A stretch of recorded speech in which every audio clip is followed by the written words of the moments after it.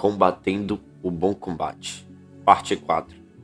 O calvinismo é ensino de demônios. O apóstolo Paulo, em Romanos de capítulo 9, nos diz que o Senhor Deus tem misericórdia de quem quer e também endurece a quem lhe apraz. Mas como podemos entender isso de maneira justa? Neste estudo estarei lutando contra o ensino de demônios chamado de calvinismo e as suas heresias de perdição. Neste estudo, não vou falar sobre a eleição e nem sobre o texto de Paulo que vai dizer: amei Jacó, porém me aborreci de Esaú, que se encontra primeiramente em Malaquias e depois vai se encontrar na carta do apóstolo Paulo em Romanos de capítulo 9. Pois o foco deste estudo não é isso. Agora vamos entrar no estudo, que é Romanos de capítulo 9, versos 16 ao 18, que nos diz o seguinte: assim, pois, não depende de quem quer ou de quem corre, mas de Deus usar a sua misericórdia. Porque a Escritura diz a Faraó: para isto mesmo te levantei, para mostrar em ti o meu poder e para que o meu nome seja anunciado por toda a terra. Logo, tem Deus misericórdia de quem quer e também endurece a quem lhe apraz. Os calvinistas, eles pegam este texto de Romanos de capítulo 9 para fundamentar o ensino de demônios do calvinismo. Essa raça de víboras deturpa Romanos de capítulo 9 para ensinar heresias de perdição. E dentre essas heresias de perdição que eles anunciam, eles também conseguem deturpar o assunto sobre o endurecimento do coração de Faraó. Mas o que esses hipócritas fazem com o assunto sobre o endurecimento do coração de Faraó? Os calvinistas pegam Romanos capítulo 9 e dizem: Deus determinou que Faraó agisse de modo ruim para que Faraó não se convertesse. Meus irmãos, olha a heresia que esses homens, com mente cauterizada, anuncia por aí. E tem gente que acredita nesse tipo de ensino e nesses calvinistas.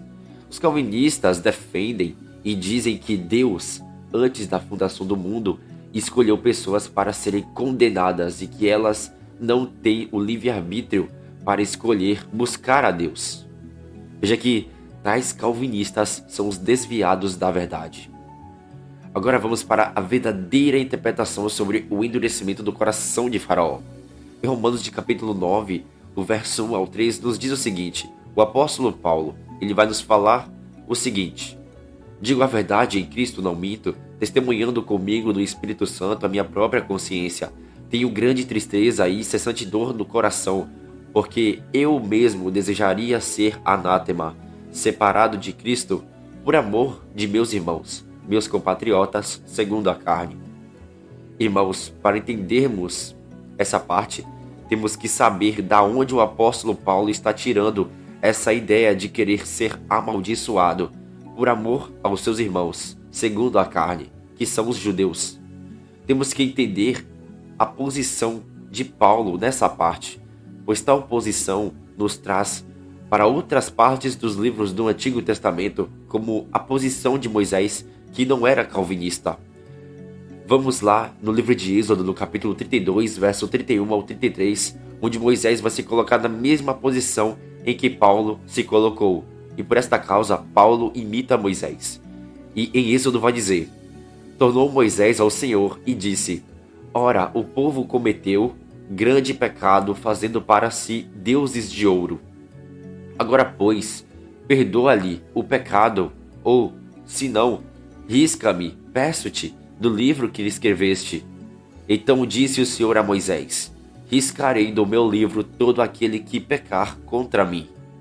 Irmãos, observa-se que este texto nos mostra que existe a possibilidade do nome da pessoa ser riscado do livro da vida. Mas temos que entender o seguinte: o nome da pessoa que está no livro da vida não fica sendo riscado e escrito toda hora. O nome só é escrito uma só vez e é apagado uma só vez. E quando o nome é apagado do livro da vida, isso significa que a pessoa perdeu a salvação. E eu estou falando isso para deixar que a explicação fique bem clara para vocês, meus irmãos. E para isto, para vocês entenderem melhor essa questão do livro da vida, temos que ir lá no livro do Apocalipse, que vai falar sobre o livro da vida. E em Apocalipse 17, do capítulo 17, vai nos dizer o seguinte: e aqueles que habitam sobre a terra, cujos nomes não foram inscritos no livro da vida, desde a fundação do mundo, se admirarão vendo a besta que era e não é, mas aparecerá. Meus irmãos, veja que existem pessoas que têm os seus nomes escritos no livro da vida desde a fundação do mundo. As pessoas que fazem parte do corpo de Cristo, elas têm os seus nomes escritos no livro da vida. Veja que temos que ter em mente que esse livro que aparece em Apocalipse de capítulo 17 é o livro da vida que aparece no livro de Êxodo, no capítulo 32.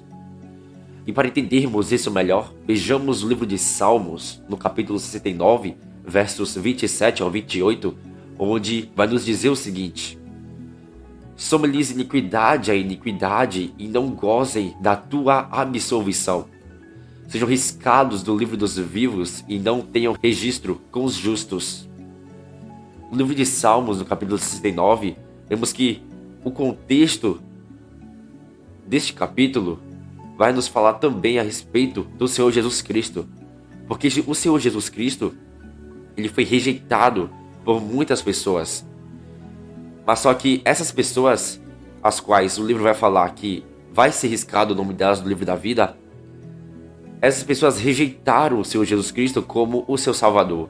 E por esta causa, o nome dessas pessoas foram riscados do livro da vida, conforme vai dizer os Salmos de capítulo 69, porque elas rejeitaram o Senhor Jesus Cristo. Elas tinham o nome do livro da vida, entretanto, elas rejeitaram o Messias, Salvador de Israel. Em Apocalipse de capítulo 3, versículo 5, vai nos dizer o seguinte: o Filho de Deus estando glorificado diante de Deus. E ele vai dizer: o vencedor será assim vestido de vestiduras brancas, e de modo nenhum apagarei o seu nome do livro da vida. Pelo contrário, confessarei o seu nome diante de meu Pai e diante dos seus anjos. Irmãos, aqui é muito importante de se compreender. Veja que o nome do vencedor, daquele que vencer, daquele que perseverar até o fim, veja que o nome dessa pessoa não será riscado do livro da vida. Entretanto, aquele que não vencer, aquele que não perseverar até o fim para ser salvo, este terá o seu nome riscado do livro da vida. Pois Êxodo mostra que o nome da pessoa corre o perigo de ser riscado do livro da vida. E nessa própria parte do livro do Apocalipse, nos mostra claramente que o nome da pessoa tem a possibilidade de ser riscado do livro da vida. Pois o Senhor Jesus disse: e de modo nenhum apagarei o nome dele do livro da vida. Se o Senhor Jesus disse que não irá apagar o nome do vencedor do livro da vida, então é porque existe a possibilidade do nome do perdedor ser apagado do livro da vida. Então, quando a gente vai no contexto de Romanos de capítulo 9, meus irmãos, o apóstolo Paulo, ele está imitando Moisés, pois Paulo, ele disse que desejaria ser anátema, separado de Cristo por amor aos irmãos dele segundo a carne. E vimos que Moisés pediu para o Senhor riscar o nome dele do livro da vida. Mas o Senhor disse que riscaria o nome do livro de todo aquele que pecar contra Deus. Mas qual é o pecado que faz com que o nome da pessoa seja riscado do livro da vida? O pecado que faz com que o nome da pessoa seja riscado do livro da vida é o pecado para a morte, que é a blasfêmia contra o Espírito de Deus. E isso prova que uma pessoa salva corre o risco de perder a salvação. A gente viu que no Salmos capítulo 69 nos fala de pessoas que tiveram seus nomes escritos no livro da vida, mas que o nome delas foram riscados deste livro, mostrando que existe a possibilidade de se perder a salvação. Em Romanos capítulo 9, versos 4 ao 6, o apóstolo Paulo continua dizendo o seguinte: são eles, os israelitas, pertence-lhes a adoção e também a glória, as alianças, a legislação, o culto e as promessas. Deles são os patriarcas e também deles descende o Cristo segundo a carne, o qual é sobre todos, Deus bendito para todo o sempre. Amém. E não pensemos que a palavra de Deus haja falhado, porque nem todos os de Israel são de fato israelitas. Nesta parte da carta do apóstolo Paulo, o apóstolo Paulo ele quer dizer que nem todos os que são de Israel são de fato filhos da promessa, nem por eles serem descendentes de Israel segundo a carne, que eles vão fazer parte do corpo de Cristo. Ou seja, os judeus estavam pensando que eram os filhos da promessa, mas Paulo diz que não é por carne e por sangue que o judeu será considerado filho da promessa, mas é pela fé em Jesus Cristo, o Salvador. Em Romanos de capítulo 10, versículo 1, o apóstolo Paulo ele vai dizer o seguinte: Irmãos, a boa vontade do meu coração e a minha súplica a Deus a favor dos judeus são para que eles sejam salvos. Temos que compreender o seguinte: a carta aos Romanos não diz que existe predestinação para ser condenado, pois se você dizer que o apóstolo Paulo, em Romanos de capítulo 9, afirmou que Deus, antes da fundação do mundo, escolheu a pessoa para ser condenada sem a pessoa ter praticado alguma coisa ruim, mal, como é que Paulo, em Romanos de capítulo 10, diz que a sua boa vontade e a sua súplica a Deus a favor dos judeus são para que eles sejam salvos?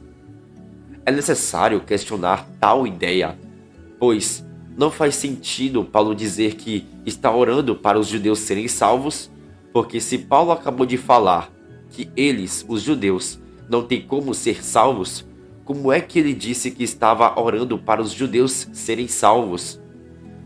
Então, meus irmãos, Paulo ele não se contradiz no que ele está dizendo, porque Romanos de capítulo 9 não fala de predestinação para ser condenado, porque não existe predestinação para ser condenado. O apóstolo Paulo nunca falou de predestinação para ser condenado.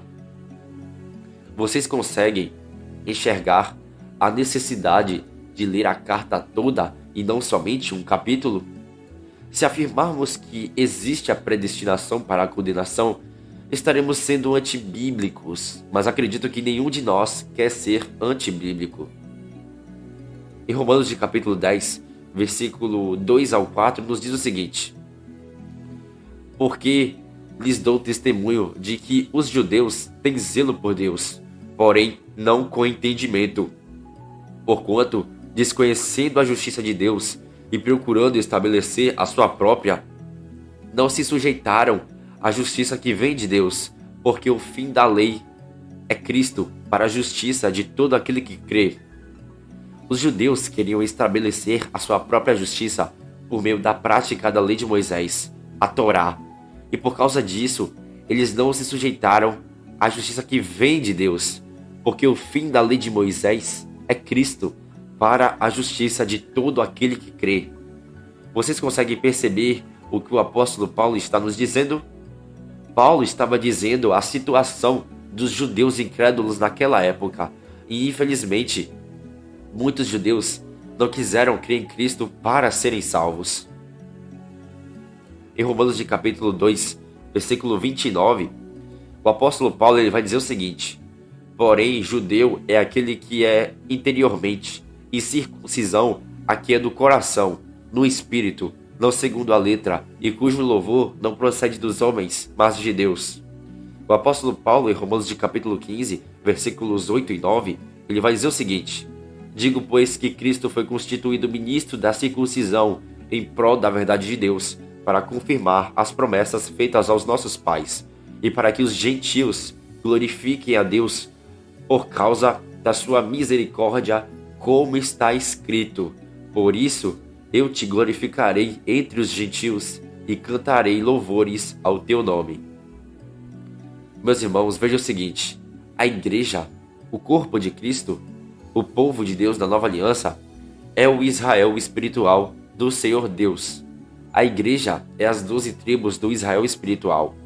Nós fomos circuncidados no espírito e não na carne, cujo louvor não procede dos homens, mas de Deus.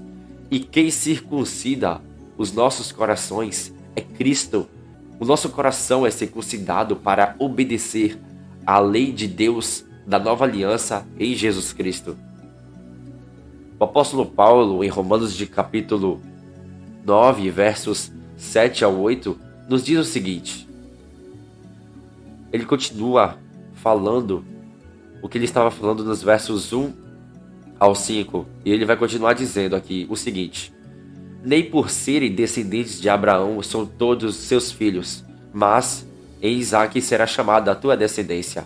Isto é, estes filhos de Deus não são propriamente os da carne, mas devem ser considerados como descendência os filhos da promessa. Porque a palavra da promessa é esta. Por esse tempo virei, e Sara terá um filho, e não somente ela, mas também Rebeca, ao conceber de um só, Isaque, nosso pai. Meus irmãos, entendam o seguinte. Veja que existe duas descendências, uma da carne e a outra da promessa. Os da carne são aqueles que não nasceram do Espírito. Os da carne são aqueles que não creem em Jesus Cristo. Mas os da promessa são aqueles que nasceram do Espírito, porque estes vieram a crer no Filho de Deus. E por esta causa, estes que creram em Cristo, eles são considerados filhos da promessa. Nós, os que cremos em Cristo e praticamos a sua palavra, somos descendência da promessa e não da carne, pois temos fé no Filho de Deus. O apóstolo Paulo, na carta aos Gálatas, ele vai nos dizer o seguinte.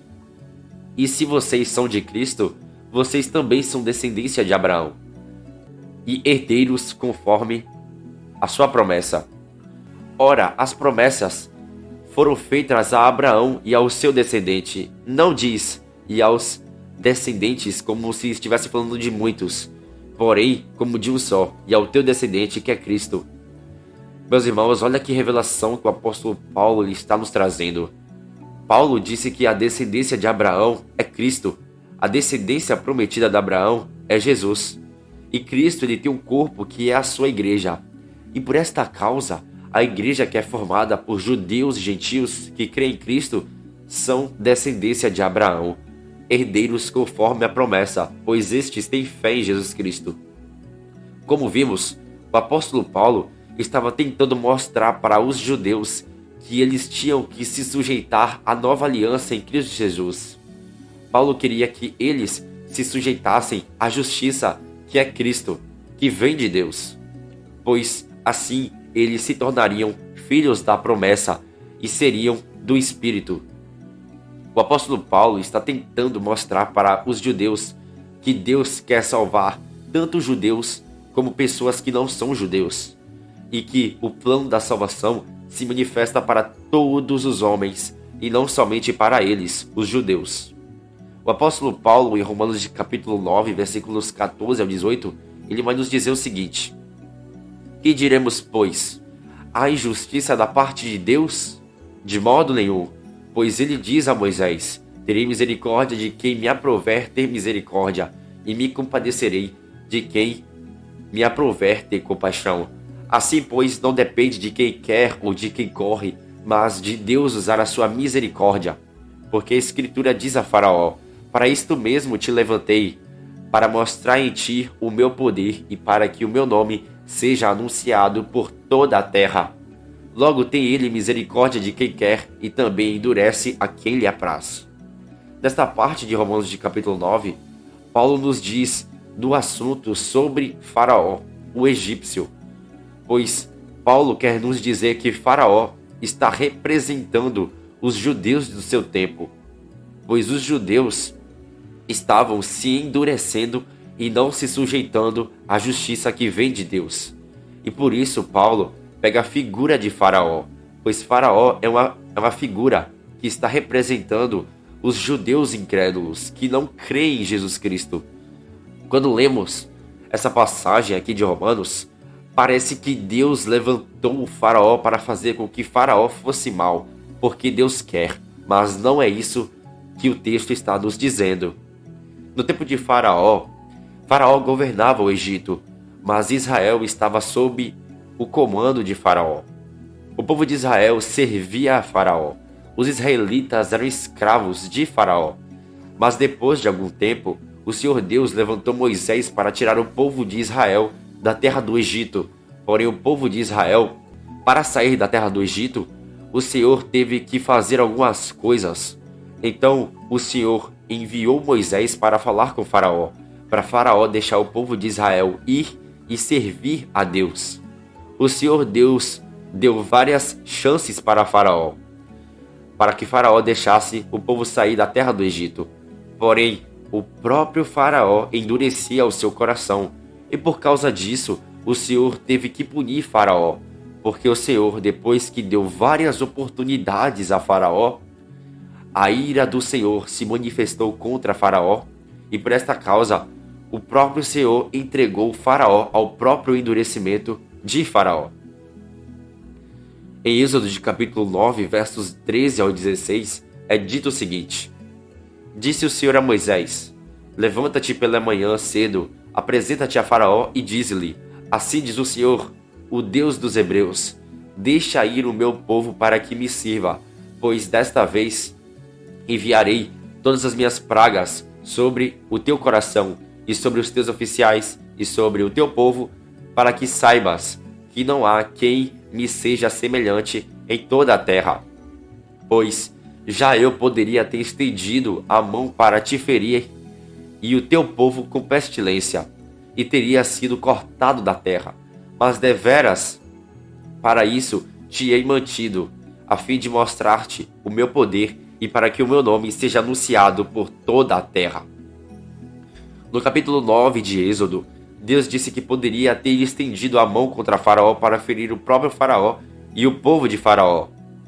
Mas Deus suportou a Faraó, a fim de que o poder de Deus fosse mostrado a Faraó e para que o nome do Senhor seja anunciado por toda a terra. Irmãos, é necessário ler o livro de Êxodo para compreender melhor o assunto de Romanos de capítulo 9, pois ao compreendermos o assunto, poderemos compreender melhor a expressão que o apóstolo usou em Romanos de capítulo 9, onde ele diz: Também endurece a quem lhe apraz. A história nos mostra que, em Êxodo, Moisés ele foi enviado para o Egito para falar com Faraó. E o Senhor fala com Moisés e faz com que Moisés seja enviado até o Faraó. Em Êxodo de capítulo 3, versículo 19, nos diz: Eu sei, porém, que o rei do Egito não vos deixará ir, se não for obrigado por mão forte. Em Êxodo de capítulo 7, versículo 13, é dito o seguinte: Todavia o coração de Faraó se endureceu, e não os ouviu, como o Senhor tinha dito. Em Êxodo de capítulo 8, versículo 15, nos diz o seguinte: Vendo, porém, Faraó que havia alívio, continuou de coração endurecido, e não ouviu a Moisés e a Arão, como o Senhor tinha dito. Em Êxodo de capítulo 8 ainda, versículo 19, nos diz: Então disseram os magos a Faraó: Isto é dedo de Deus. Porém o coração de Faraó se endureceu, e não ouviu Moisés e Arão, que estava com o dedo de Deus, como o Senhor tinha dito. Em Êxodo de capítulo 9, versículo 34, é dito o seguinte: Tendo visto Faraó que cessaram as chuvas, as pedras e os trovões, tornou a pecar e a endurecer o coração, ele e os seus oficiais. Meus irmãos, vejam o seguinte: o soberano Senhor já sabia que Faraó iria endurecer o coração. Deus deu várias oportunidades ao Faraó, até que não deu mais oportunidades a Faraó. Observe que até o capítulo 9, no versículo 34 de Êxodo, era Faraó que endurecia o coração, mas a partir do capítulo 10, Deus começou a endurecer o coração de Faraó, pois Faraó não quis dar ouvidos ao Senhor. E como que Deus endureceu o coração de Faraó? É isso que veremos no livro de Êxodo e nas cartas do apóstolo Paulo também. Na carta de Romanos, no caso. Em Êxodo de capítulo 10, versículo 20, nos diz o seguinte: O Senhor, porém, endureceu a Faraó e este não deixou ir os filhos de Israel. O Senhor, porém, endureceu o coração de Faraó, e este não quis deixá-los ir. Perceba que, somente a partir do capítulo 10, Deus havia começado a endurecer o coração de Faraó. E como é que Deus endurece o coração?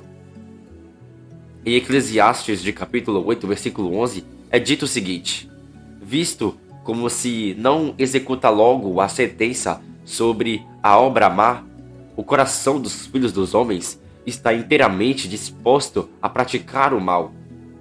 O texto de Eclesiastes nos mostra que, visto que não se executa logo a sentença sobre a obra má, o coração dos filhos do homem está inteiramente disposto a praticar o mal.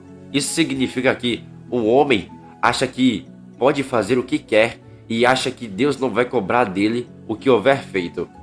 Deus não fez com que Faraó escolhesse praticar o mal, mas Faraó, no seu livre-arbítrio, escolheu endurecer o coração.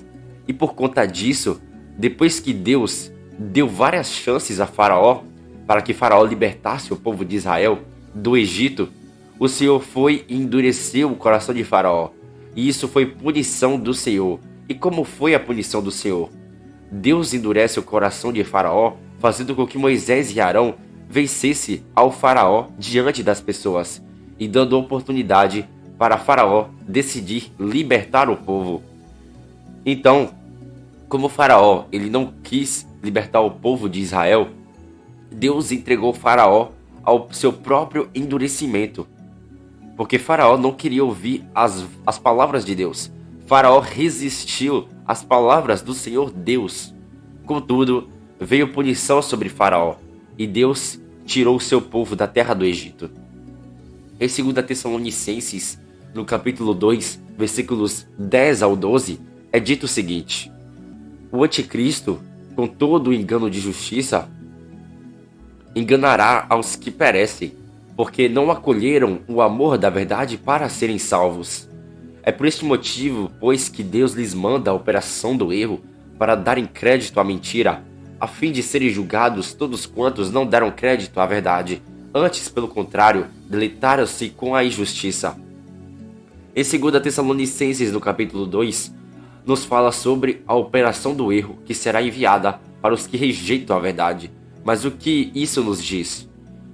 Isso nos diz que Deus vê que a pessoa está amando o pecado e por isso Deus vai e envia a operação do erro, porque a pessoa ela tem a oportunidade de acreditar na verdade. A verdade está diante dela, ela conhece a verdade, contudo, essa pessoa ela ama o pecado e por conta disso, essa pessoa ela rejeita a verdade para permanecer amando o prazer do pecado. Por esta causa, Deus envia a operação do erro para essa pessoa. Em Romanos de capítulo 1, o apóstolo Paulo ele vai nos dizer o seguinte: a ira de Deus se revela do céu contra toda impiedade e perversão dos homens que detêm a verdade pela injustiça. Porquanto, o que de Deus se pode conhecer é manifesto entre eles, porque Deus lhes manifestou. Porque os atributos invisíveis de Deus, assim como o seu eterno poder, como também a sua própria divindade, claramente se reconhecem desde o princípio do mundo, sendo percebidos por meio das coisas que foram criadas. Tais homens são, por isso, indesculpáveis. Inculcando-se por sábios, tornaram-se loucos e mudaram a glória do Deus incorruptível em semelhança da imagem de homem corruptível, bem como de aves, de quadrúpedes e de répteis. Por isso Deus os entregou à imundícia pelas concupiscências de seu próprio coração para desonrarem o corpo entre si, o corpo deles. Pois eles mudaram a verdade de Deus em mentira, adorando e servindo a criatura em lugar do Criador, o qual é bendito eternamente. Por causa disso, os entregou Deus às paixões infames, porque até as mulheres mudaram o modo natural de suas relações íntimas por outro contrário à natureza. Semelhantemente, os homens, também deixando o contato natural da mulher, se inflamaram mutuamente em sua sensualidade, cometendo torpeza homens com homens e recebendo em si mesmos a merecida punição do seu erro. E por haverem desprezado o conhecimento de Deus, o próprio Deus os entregou a uma disposição mental reprovável para praticarem coisas inconvenientes, cheios de toda injustiça, malícia, avareza e maldade, possuídos de inveja, homicídio, contenda, dolo e malignidade, sendo difamadores, caluniadores, aborrecidos de Deus, insolentes, soberbos, presunçosos, inventores de males, desobedientes aos pais, insensatos, pérfidos, sem afeição natural e sem misericórdia. Ora, conhecendo eles a sentença de Deus, de que são passíveis de morte os que tais coisas praticam, não somente as fazem, também aprovam os que assim procedem. Observa-se que, quando Deus envia a operação do erro para que tais pessoas creiam na mentira, quando Deus os entrega às paixões infames, quando Deus os entrega a uma disposição mental reprovável para praticarem coisas inconvenientes, é porque a pessoa desprezou o conhecimento de Deus. Faraó teve o conhecimento de que Deus existe e viu o poder de Deus, mas Faraó, mesmo assim, endureceu o coração. E depois de Deus ter dado várias oportunidades para Faraó não endurecer o coração e deixar o povo ir, Deus foi e endureceu o coração de Faraó, e isso foi punição de Deus. Faraó merecia ser endurecido por Deus, mas não foi Deus que fez com que Faraó merecesse ser endurecido, porque Faraó, em seu livre-arbítrio, escolheu se endurecer. E como punição, Deus o entregou ao seu próprio endurecimento. Do mesmo jeito que você pode encontrar versículos na Bíblia que diz que foi Deus que endureceu a Faraó, da mesma forma você pode encontrar versículos que dizem que Faraó endureceu seu próprio coração. Faraó teve várias oportunidades de usar de misericórdia para com o povo de Israel, mas Faraó não usou de misericórdia e por isso ele não alcançou a misericórdia do Senhor Deus. O apóstolo Paulo, em Romanos capítulo 11, versículo 7, versos do 7 ao 10, nos diz o seguinte: Que diremos, pois? O que Israel busca não conseguiu, mas a eleição o alcançou, e os mais foram endurecidos, como está escrito: Deus lhes deu o espírito de entorpecimento, olhos para não ver e ouvidos para não ouvir, até o dia de hoje. E diz Davi: Torne-se-lhes a mesa e laço de armadilha, e em tropeço e punição. Escureça-se-lhes os olhos para que não vejam e fiquem sempre encurvadas as suas costas. E você pode se perguntar, por que Paulo, em seu contexto de Romanos, usou Faraó como exemplo de um coração duro? Meus irmãos, a resposta para esta pergunta é a seguinte: o apóstolo Paulo, ele quer dizer que os judeus estão sendo endurecidos por Deus como uma forma de punição pelo fato de que eles não estão se sujeitando à justiça que vem de Deus. E a justiça que vem de Deus é o Senhor Jesus Cristo. Deus não predetermina uma pessoa para ela se endurecer, para daí Deus endurecê-la mais ainda. Mas a pessoa, no seu livre-arbítrio, escolhe se endurecer. E por causa disso, Deus, depois de ter dado várias oportunidades para a pessoa, e a pessoa não quis aceitar o que Deus quer de bom para ela, Deus vai e pune essa pessoa. Endurece o coração da pessoa. Existe um motivo pelo qual Deus pune, pois Deus não pune sem motivo. E por isso, Deus entrega essas pessoas para fazerem o que o coração delas desejarem, pois não escolheram obedecer ao Senhor Deus, e por esta causa, Deus deixa que essas pessoas permaneçam na sua própria incredulidade, na incredulidade delas. Em Romanos capítulo 10, versículos 16 ao 21, nos diz o seguinte: Mas nem todos obedeceram ao Evangelho, pois Isaías diz: Senhor, quem acreditou na nossa pregação? E assim a fé vem pela pregação, e a pregação pela palavra de Cristo. Mas pergunto, porventura não ouviram? Sim, por certo, por toda a terra se fez ouvir a sua voz e as suas palavras até os confins do mundo. Pergunto mais, porventura não terá chegado isso ao conhecimento de Israel? Moisés já dizia: Eu vos porei ciúmes com um povo que não é nação, com gente insensata eu vos provocarei a ira. E Isaías a mais se atreve e diz: fui achado pelos que não me buscavam. Revelei-me aos que não perguntavam por mim. Quanto a Israel, porém, Isaías diz: todo dia estendi as mãos a um povo rebelde e contradizente. Com tudo isso que eu lhes disse, meus irmãos, Paulo, com a mente inspirada pelo Espírito de Deus, em Romanos de capítulo 9, diz que Deus havia levantado Faraó para mostrar nele o seu poder e para que o nome do Senhor seja anunciado por toda a terra. E Paulo, tendo isso em mente, usa a figura de Faraó para dizer que Faraó está representando os judeus incrédulos, pois eles estavam rejeitando Jesus. Porém, embora os judeus incrédulos, sendo desobedientes e duros de coração e de ouvidos, não quisessem que a palavra de Deus fosse anunciada por toda a terra, Deus usou o próprio endurecimento deles para que a sua palavra fosse anunciada por toda a terra, pois eles escolheram se inclinar para a desobediência.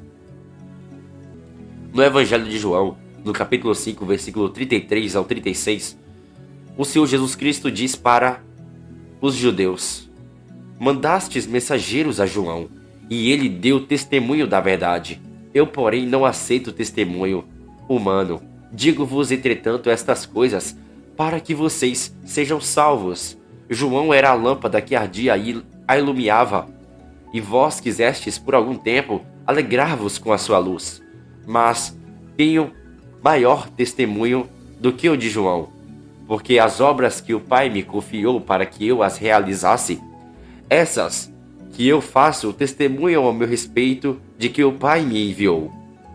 Meus irmãos, veja aqui no Evangelho de João, Jesus, quando estava na terra, desejava que os judeus fossem salvos, mas vários deles não quiseram crer em Jesus porque escolheram endurecer os seus corações e rejeitaram o Senhor Jesus Cristo.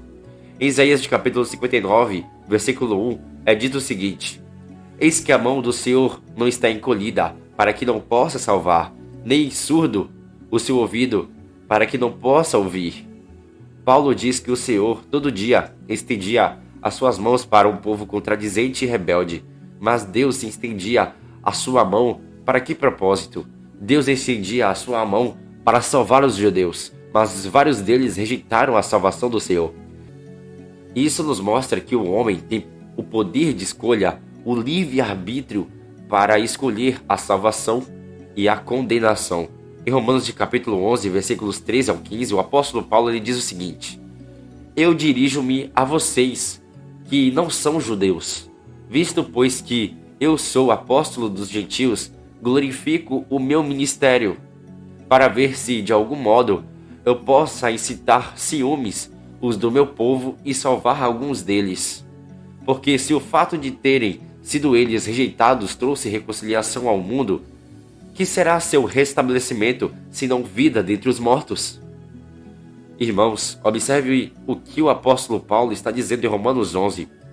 Os judeus que o apóstolo Paulo trata no capítulo 9, que tinham perdido a bênção por causa da obstinação do coração, pela falta de sujeição à justiça que vem de Deus, Paulo disse que ele tentava salvar alguns deles, inclusive provocando ciúmes neles para que eles viessem a crer em Cristo, para que eles fossem salvos.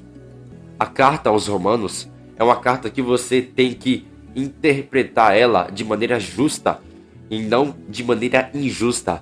E para você conseguir compreender ela melhor, você terá que estudar a lei, os salmos e os profetas de maneira correta.